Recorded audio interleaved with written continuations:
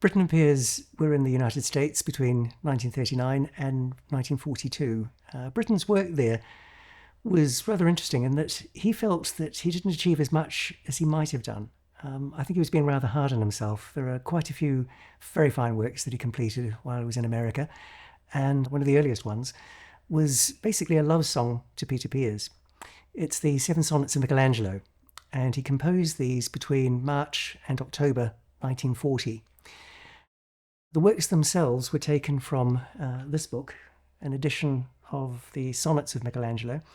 It was translated by John Adlington Symonds, and we have throughout the collection all sorts of markings, mostly to do with metre, because of course these were written especially for Peter Pears to sing. The important thing about these works is that they pretty much are their first declaration in musical terms of love of one another.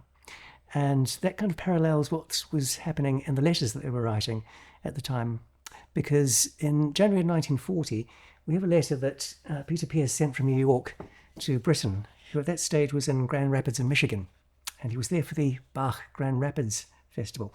Pears finished off the letter by saying, I shall never forget a certain night in Grand Rapids. And this was a reference to their first becoming a couple, more or less. So that declaration of love tended to carry on throughout Britten and Pears's life, throughout the letters that they wrote to one another. I have another letter here that dates from 1959. And Pears was writing to Britten to say that he wanted Britten's spirits to be lifted. And he goes on to say, you lift my spirits, my spirito ben nato, my spirito leggiato. And that's actually a quotation from the 24th sonnet that Britten set to music. Basically, their words mean, my choice soul, my fair soul. The first full performance of the Michelangelo sonnets took place towards the end of 1942. Britten and Pears had given informal performances of these sonnets, some of them at least, in the United States. But the first performance took place at the Wigmore Hall in the autumn of 1942.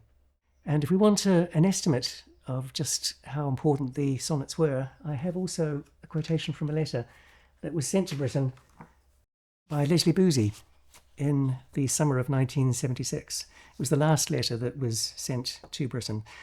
And he writes, Dear Ben, do you remember when you first came back to England? Peter sang the Greek sonnets in the old piano room at Regent Street. And I said to Ralph, that's the greatest set of songs we have been offered since Elgar brought us the sea pictures.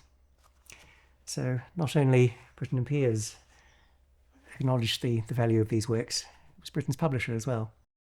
These were a set of sonnets that Britten and Pears performed together well over 100 times throughout their lifetime. And again, each one was a kind of an affirmation of their love. Pears said that in one respect, they were 7 aspects of love. And why the Italian language? Well, it was the freedom of language that Britten really appreciated. You've also got to bear in mind that this was quite a public declaration of love. They were written in 1940, and it was a good, nearly 30 years before the Sexual Offences Act, which partially decriminalised the act of homosexuality, certainly in the UK. So they lived, in many ways, a kind of an open secret. They were proclaiming their love on stage, but secretly, of course. It was very much embedded, very much a private thing between themselves. The final affirmation of that actually comes from a letter that Pears sent to Britten in November of 1974.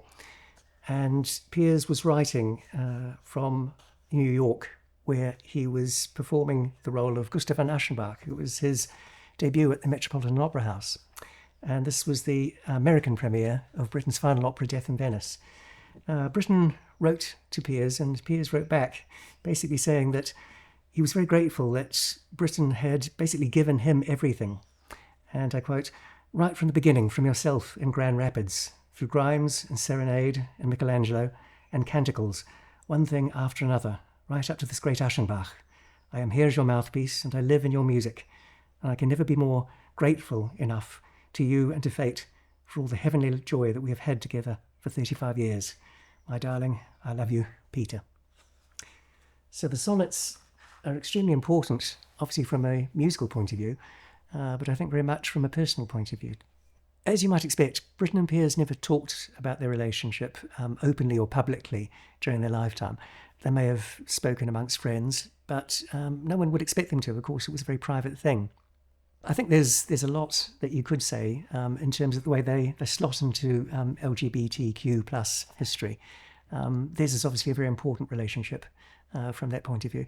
The letters that I quoted from, we have made public, even though they are actually, of course, very private, and they're very much love letters in every sense. But Pears himself, in the late 70s, said that he wanted to publish the letters, or at least some of them, to give people an idea of just how rich and fulfilling a relationship between two people of the same sex could be. Of course, the act of homosexuality had been legal for well over a decade at that stage, but social attitudes, of course, had not changed. So there was obviously still a lot of suspicion, a lot of aggression in society. And this was one of the main reasons why Pears wanted to basically become, I suppose by proxy, a kind of an elder statesman for gay people, to say that it was all right and that you actually could live a very loving and very fulfilling relationship.